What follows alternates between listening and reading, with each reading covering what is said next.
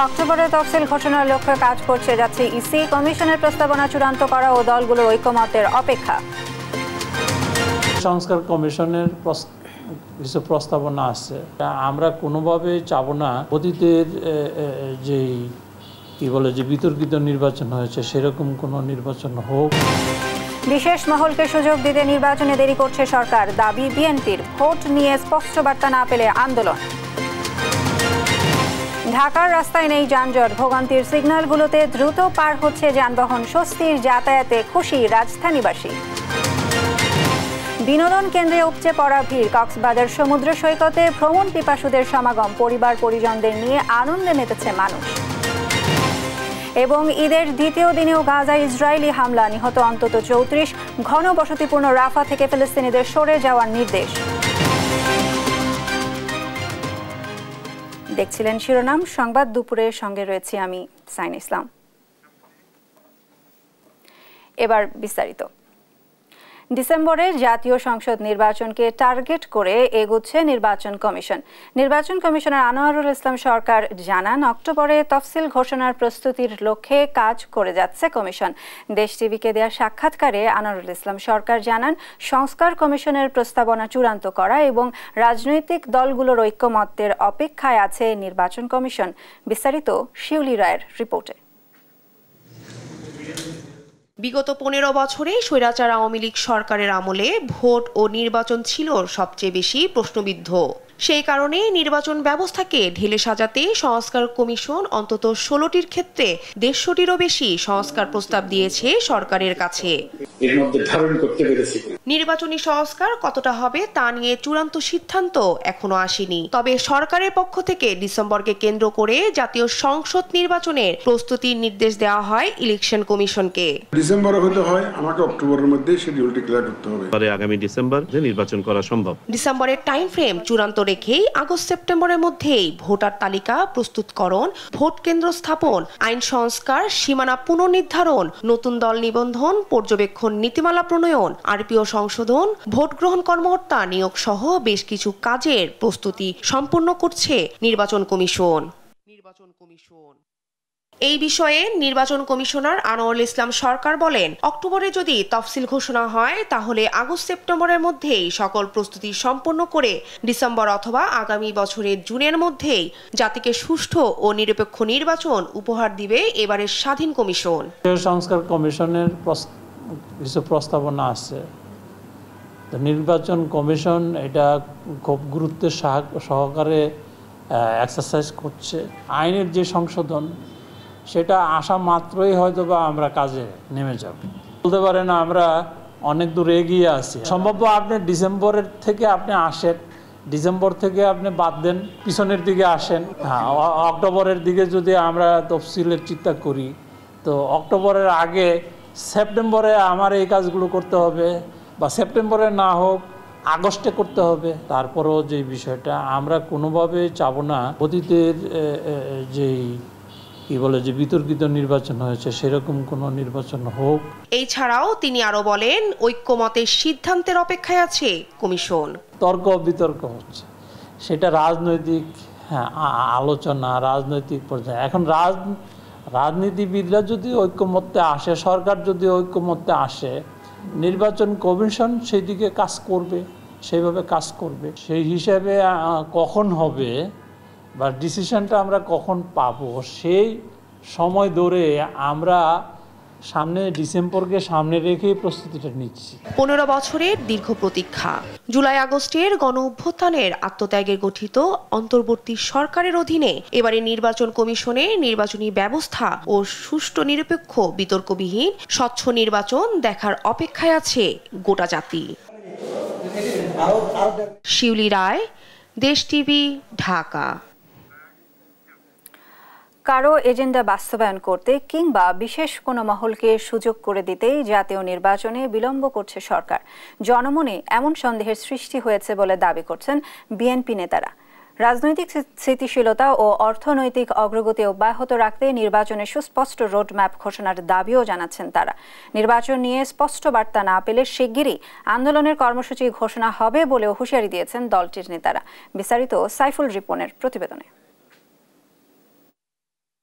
দায়িত্ব নেয়ার 8 মাস হতে চলল, কিন্তু নির্বাচন নিয়ে এখনো সুস্পষ্ট কোনো রোডম্যাপ ঘোষণা করেনি অন্তর্বর্তী সরকার। শুধু নির্বাচন কেন্দ্রিক সংস্কার শেষ করে একটি গণতান্ত্রিক সরকার গঠনের জন্য দ্রুত নির্বাচন দেওয়ার দাবি জানিয়ে আসছে বিএনপি।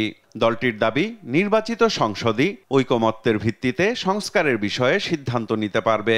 অন্যদিকে ছাত্রদের নবগঠিত রাজনৈতিক দল এনসিপি সহ বেশ কয়েকটি দলের দাবি, সব সংস্কার শেষ করেই দিতে হবে নির্বাচন। বিএনপি নেতাদের দাবি, দেশে একটি গণতান্ত্রিক সরকার প্রতিষ্ঠা ছাড়া কোনো কিছুতে শান্তি ফিরবে না। নির্বাচনের রোডম্যাপ না দেয়া পর্যন্ত বিএনপির আন্দোলন চলবে বলেও দাবি তাদের। আমাদের ইস্যু একটাই, আমরা অবাধ সুষ্ঠু গ্রহণযোগ্য নির্বাচন চাই, যেটা আমরা গত 16 বছর থেকে দেখতেছি। আমরা সেটা যতক্ষণ না হয় ততক্ষণ আমরা আন্দোলনে আছি। আন্দোলন দরকার হলে আরো জোরদার করা হবে, কিন্তু আমরা অবাধ সুষ্ঠু গ্রহণযোগ্য নির্বাচনের মাধ্যমে জনগণের সরকার প্রতিষ্ঠা করতে চাই। দলটির স্থায়ী কমিটির সদস্য সালাউদ্দিন আহমেদের মতে, সংবিধান সংস্কারের ইস্যু ছাড়া বাকি যে কোনো সংস্কার কাজ সম্পন্ন করতে 1 থেকে 1.5 মাসের বেশি সময় লাগার কথা নয়। আর সংবিধান সংস্কারের জন্য ঐকমত্যের ভিত্তিতে চার্টার তৈরি করা যেতে পারে, যা বাস্তবায়নে বাধ্য থাকবে পরবর্তী নির্বাচিত সরকার। শুধু সংবিধান সংস্কার সংক্রান্ত বিষয়গুলো বাদে এমন কোনো সংস্কার প্রস্তাব নাই, আমরা দেখি নাই যেটা এর ভিতরে বাস্তবায়ন করা সম্ভব নয়। সুতরাং কিসের দোহাই দিয়ে ওনারা লম্বা সময় নিতে চান? এইভাবে একবার ডিসেম্বর, একবার জুন, এই সমস্ত কথা উনি বারবার যে সুইং করছেন, উনি তার বক্তব্য থেকে শিফট করে যাচ্ছেন। সেটা না করে যদি একটা রোডম্যাপ দিতেন, তাহলে পরে বাংলাদেশে যে একটা অনিশ্চিত রাজনৈতিক অবস্থার মধ্যে মানুষ আছে, সেটার অনিশ্চয়তাটা কেটে যেত। কারো এজেন্ডা বাস্তবায়নের জন্য বিলম্বে নির্বাচন অনুষ্ঠানের চেষ্টা দেশের মানুষ মেনে নেবে না, দাবি সালাউদ্দিন আহমেদের। অন্য কোনো উদ্দেশ্য থাকলে সেটা জাতির সামনে খোলাসা করুন। কাউকে যদি কারো এজেন্ডা বাস্তবায়নের জন্য, কাউকে অতিরিক্ত সুবিধা দেওয়ার জন্য বা কোনো দলকে অর্গানাইজ হওয়ার সুযোগ দেওয়ার জন্য যদি আন্দাজে বলা হয় যে ডিসেম্বর অথবা জুন, সেটা আমরা মেনে নেব না, জাতি মেনে নেবে না। অবিলম্বে নির্বাচনের রোডম্যাপ ঘোষণার দাবি করে বিএনপির স্থায়ী কমিটির এই প্রভাবশালী সদস্য জানান, বিএনপি অন্তর্বর্তী সরকারকে সহযোগিতা করতে চায়। দেশের স্বার্থে সরকার যেন সেই সহযোগিতা গ্রহণ করে, সে দায়িত্ব সরকারেরই। আমরা সরকারকে সহযোগিতা করতে চাই জনগণের স্বার্থে, দেশের স্বার্থে, কিন্তু সরকার যেন সেই সহযোগিতাটা নেয়, সেটা সরকারের দায়িত্ব। সাইফুল রিপন, দেশ টিভি, ঢাকা। ঈদের ছুটিতে রাজধানী ঢাকা যেন বদলে ফেলেছে তার চিরচেনা রূপ। সকাল থেকে ব্যস্ত রাজধানীর রাজপথ থেকে অলিগলি সবই প্রায় ফাঁকা।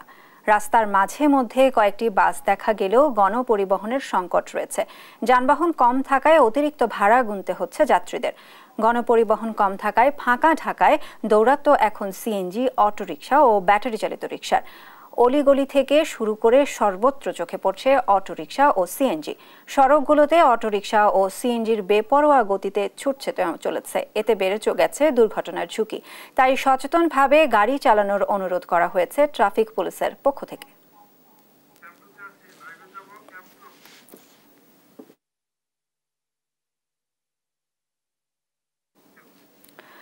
রাজধানীর শাহবাগে আছেন সহকর্মী হাসান মাহমুদ, সেখান থেকে সরাসরি যুক্ত হচ্ছেন তার সাথে। হাসান, ছুটির দিনে রাজধানীর রাস্তার গাড়ি চলাচল কিরকম দেখতে পাচ্ছেন আমাদের জানাবেন।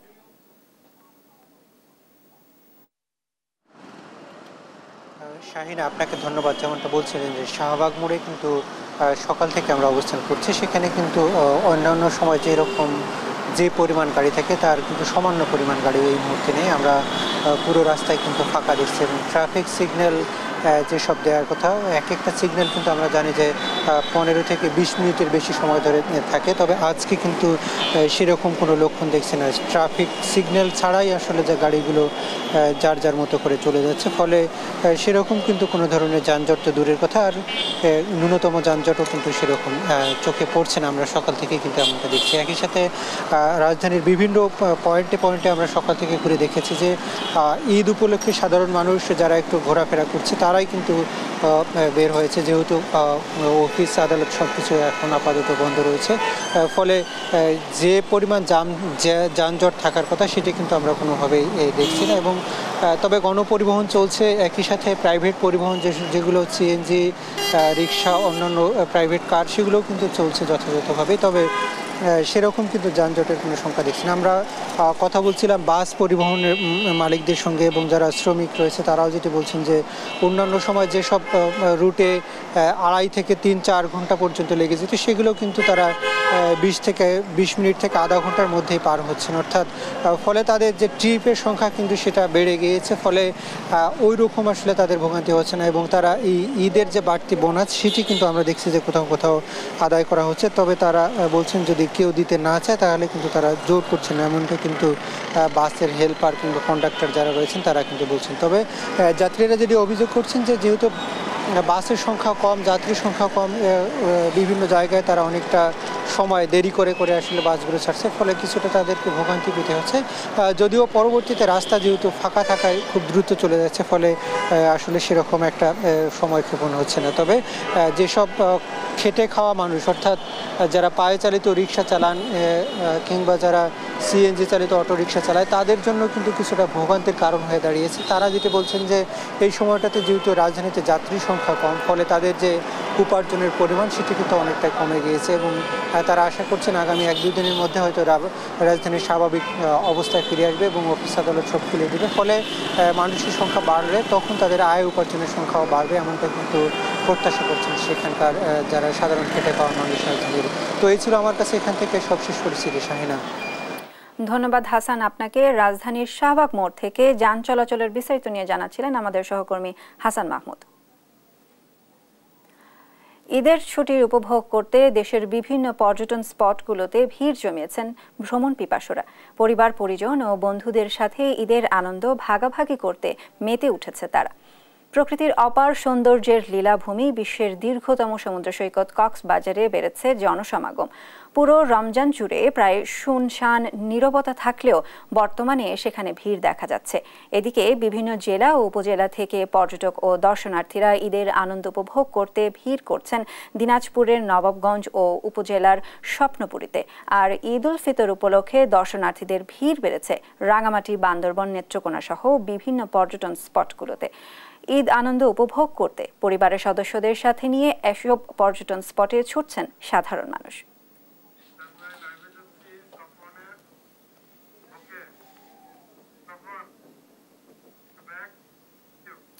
রাজধানীর শ্যামলীর শিশু মেলায় আছেন সহকর্মী আলিমুজ্জামান সাফওয়ান। সেখান থেকে সরাসরি যুক্ত হচ্ছেন তিনি। সাফওয়ান, মানুষের উপস্থিতি কিরকম দেখতে পাচ্ছেন, বিস্তারিত নিয়ে জানাবেন। আমি এই মুহূর্তে শ্যামলীর যে বিনোদন কেন্দ্র শিশু মেলা সেখানে রয়েছি। তো সকালের কিছু পরে কিন্তু এখানে যে প্রত্যেকটি রাইডগুলো রয়েছে সেগুলো কিন্তু আসলে অনেক ভিড় আমরা দেখতে পাচ্ছি। বিভিন্ন নানা শ্রেণী পেশার মানুষ এখানে তাদের পরিবার পরিজন এবং স্পেশালি ছোট বাচ্চাদেরকে নিয়ে এসে তারা এখানে আসলে প্রতিটি রাইডে উঠছেন এবং উপভোগ করছেন। এই জায়গাটি আসলে একটি মানে আনন্দ কোনো জায়গাতে আসলে দেখতে পাচ্ছি আমরা। এখানে অনেক মানুষের উপস্থিতি রয়েছে, তারা তাদের পরিবার পরিজন এবং বাচ্চাদেরকে সাথে নিয়ে আসছেন এবং তারা কিন্তু বিভিন্ন রাইডে উঠছেন এবং সেগুলো এনজয় করছেন। তো যদি একজনের সাথে কথা বলতে চাই, তো ঈদে আসলে শিশু মেলায় কেন আসেন বা ঢাকার বাইরে কেন গেলেন না? এরকম প্রতিবারই তো ঈদ ঢাকার বাইরেই করা হয়, এবার ট্রাই করতেছি যে ঢাকার ভেতরের পরিবেশটা কেমন সেটা দেখার জন্য। তিনি বলছিলেন যে আসলে ঢাকার বাইরেই সবসময় ঈদ করেন, তো এবার ঢাকার ভেতরে করছেন। আপনার সাথে আপনার ছোট বোন আছে, আজকে ঈদের আনন্দ কেমন লাগছে তোমার? ঈদের আনন্দ আমার অনেক ভালো লাগছে, খুব আনন্দ লাগতেছে। কোন কোন রাইডে উঠেছো? আমি মাত্র গাড়ির রাইডে উঠেছি। একজনের সাথে কথা বলছিলাম, ও কিছুক্ষণ আগে এসেছে ওর পরিবারের সাথে, বড় ভাইয়ের সাথে। ওরা কিন্তু এই যে শিশু মেলার বিভিন্ন যে রাইডগুলো রয়েছে সেগুলোতে তারা উঠছে এবং সেখানে ঘুরে ঘুরে কিন্তু দেখছে। তো সব মিলে আসলে ঈদের যে আনন্দ বাচ্চাদের, সেই আনন্দটা কিন্তু অনেকটাই বেশি।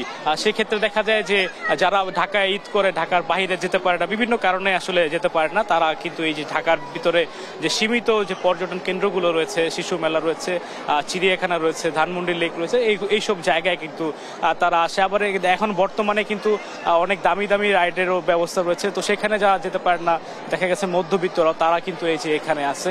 এবং এখানে কিন্তু খুব বেশি যে আসলে রাইড আছে তেমনটি কিন্তু না, যে অল্প কিছু যেগুলো রয়েছে সেগুলোর মধ্যেই থাকার চেষ্টা করে। তো আমি আরেকজনের সাথে যদি একটু কথা বলতে চাই, যে এবার ঈদটি কেমন কাটছে? ভালো।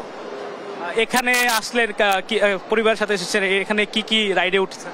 না এখনো উঠিনি, এই মাত্র আসলাম, দেখি আর কি, বাচ্চা ঘুমাইছে তো মানে দেখি, তারপরে যদি বাচ্চা হয় জাগ না পায় তাহলে আমরা একটু উঠবো। যে আরেকজনের সাথে কথা বলছিলাম, সবাই আসলে বলছে যে যারা ঢাকার বাইরে যেতে পারে না, সুযোগটা হয় না, তারা কিন্তু এই যে এখানে এসেছে। তো আইটি বাবুর সাথে যদি কথা বলতে চাই, তোমার নাম কি, তুমি কোথায় উঠেছো, কোন রাইডে উঠেছো কিনা? তুমি রাইডে উঠেছো? হ্যাঁ উঠেছে, ওই যে উপরের রাইডটাতে উঠেছো না? জি, সব মিলে ঈদে কেমন আনন্দ লাগছে, কি মনে হয়? এটা তো অবশ্যই আনন্দ, বিশেষ করে বাচ্চাদের নিয়ে এইরকম একটা পার্কে এসে ওদের একটা চাহিদা থাকে ঈদের সময় স্পেশালি, যে ওরা একটু ঘুরতে চায়, একটু আনন্দ করতে চায়। এই একটা সময়ই থাকে যে আমরা আসলে গার্জিয়ানরা একটু ফ্রি হয়ে বাচ্চাদের নিয়ে একটু ঘোরাঘুরি করতে পারি, তো সেই হিসাবে ওদের আনন্দটা একটু অন্যরকম, এটাই স্বাভাবিক। বলছিলেন যে আসলে পরিবারকে দেওয়ার সময় ঠিক এতটা হয়ে ওঠে না, কারণ রাজধানীর ব্যস্ততম শহরে সবসময় কোনো না কোনো কারণে সবাই ব্যস্ত থাকে, যার কারণে আসলে ঈদের যে ছুটি, এবার ছুটিটি কিন্তু বেশ লম্বা, প্রায় 8-9 দিনের সব মিলিয়ে ছুটি পেয়েছে। তো সব মিলে যে ঈদের যে যাত্রা, সেটিও কিন্তু খুব একটা ভোগান্তির ছিল না, সবাই স্বাচ্ছন্দ্যে বাড়ি গিয়েছেন। এবং যারা আসলে বাড়ি যেতে পারেনি তারা কিন্তু দেখতে পাচ্ছেন যে এই মুহূর্তে যে রাজধানীর আমরা শিশু মেলায় রয়েছি শ্যামলীতে, সেখানে তাদের পরিবার পরিজন এবং বাচ্চাদের নিয়ে তারা কিন্তু ঘুরতে এসেছে। তো সকাল থেকে ভিড় কিছুটা কম থাকলেও এখন কিন্তু আস্তে আস্তে ভিড় কিন্তু বাড়ছে এবং ক্রমে আসলে এই জায়গাটি আসলে জমজমাট হয়ে উঠছে। সবাই বেশ আনন্দঘন মুহূর্ত এখানে উপভোগ করছেন। তো আমার কাছে শ্যামলী শিশু মেলা থেকে এই ছিল সর্বশেষ খবর। ধন্যবাদ সাফওয়ান আপনাকে। রাজধানী শ্যামলীর শিশু মেলা থেকে যুক্ত ছিলেন আমাদের সহকর্মী আলিমুজ্জামান সাফওয়ান। বিএনপির চেয়ারপারসন বেগম খালেদা জিয়া এবং ভারপ্রাপ্ত চেয়ারম্যান তারেক রহমান পবিত্র ঈদ উল ফিতর উপলক্ষে দলের নেতাদের সঙ্গে শুভেচ্ছা বিনিময় করেছেন। সোমবার রাত 9টায় লন্ডন থেকে ভার্চুয়ালি যুক্ত হয়ে খালেদা জিয়া ঢাকার গুলশানে চেয়ারপারসনের কার্যালয়ে সমবেত দলের বিভিন্ন স্তরের নেতাদের ঈদের শুভেচ্ছা জানান এবং তাদের সঙ্গে কুশল বিনিময় করেন। এই অনুষ্ঠানের সঞ্চালনা করেন দলের প্রচার সম্পাদক সুলতানা সালাউদ্দিন টুকু। ভার্চুয়ালি খালেদা জিয়ার সঙ্গে দলের ভারপ্রাপ্ত চেয়ারম্যান তারেক রহমান ও স্থায়ী কমিটির সদস্য ডক্টর AZM জাহিদ হোসেনও যুক্ত ছিলেন। এতে তারেক রহমানও দলের নেতাদের ঈদের শুভেচ্ছা জানান।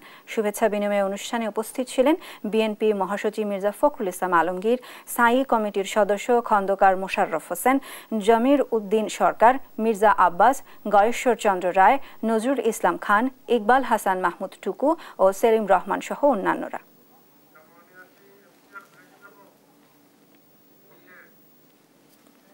মেহেরপুর ও ব্রাহ্মণবাড়িয়ায় আলাদা সড়ক দুর্ঘটনায় শিশুসহ নিহত 5 জন, আহত হয়েছেন অন্তত 8 জন। সোমবার বিকেলে 5টার দিকে মেহেরপুর চুয়াডাঙ্গা এবং ভাটপাড়া কচুইখালী সড়কে প্রাইভেট কার, ভ্যান ও মোটর সাইকেল এবং বাইসাইকেলের পৃথক দুটি সংঘর্ষে ব্যাংক কর্মকর্তা, স্কুল ছাত্র ও শিশুসহ 3 জন নিহত হয়েছে ও অন্তত 6 জন আহত হয়েছেন। সোমবার বিকেলে 5টার দিকে মেহেরপুর চুয়াডাঙ্গা সড়কের ব্রিটিশ আমেরিকান টোবাকো কার্যালয়ের সামনে এই সড়ক দুর্ঘটনা ঘটে।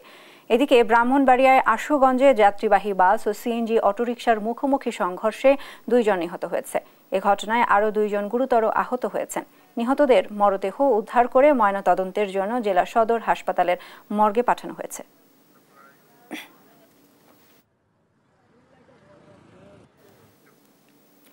নরসিংদীতে চোর সন্দেহে একজনকে পিটুনির প্রতিবাদ জানাতে গিয়ে গণপিটুনির শিকার হয়ে 2 ভাই নিহত হয়েছেন।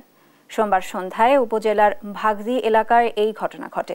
পুলিশ ও স্থানীয়রা জানায়, সোমবার সকালে কর্তাতৈল এলাকার হিমেল নামের এক যুবককে ভাগদি এলাকার লোকজন চোর সন্দেহে পিটুনি দেয়। পরে পুলিশ ঘটনাস্থল থেকে তাকে উদ্ধার করে উপজেলা স্বাস্থ্য কমপ্লেক্সে ভর্তি করেন। এ ঘটনার জিজ্ঞাসাবাদের জন্য বিকেলে ঘটনাস্থলে যায় রাকিব, সাকিব সহ অন্যান্যরা। পরে সেখানে তাদেরও গণপিটুনি দিলে গুরুতর আহত অবস্থায় নরসিংদীর সদর হাসপাতালে সাকিবের মৃত্যু হয়। পরে ঢাকা মেডিকেলে নেয়ার পথে মারা যায় বড় ভাই রাকিব। পলাশ থানার ভারপ্রাপ্ত কর্মকর্তা মনির হোসেন জানান, তদন্ত শেষে বিস্তারিত ঘটনা বলা যাবে।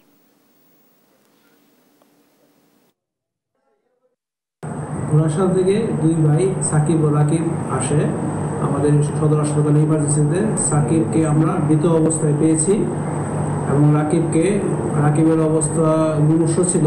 তাকে আমরা প্রাথমিক চিকিৎসা দেওয়ার পর ঢাকা মেডিকেলে রেফার করি, কিন্তু ঢাকা মেডিকেলে সে পৌঁছাতে পারেনি। তার আগে সে মৃত্যুবরণ করে।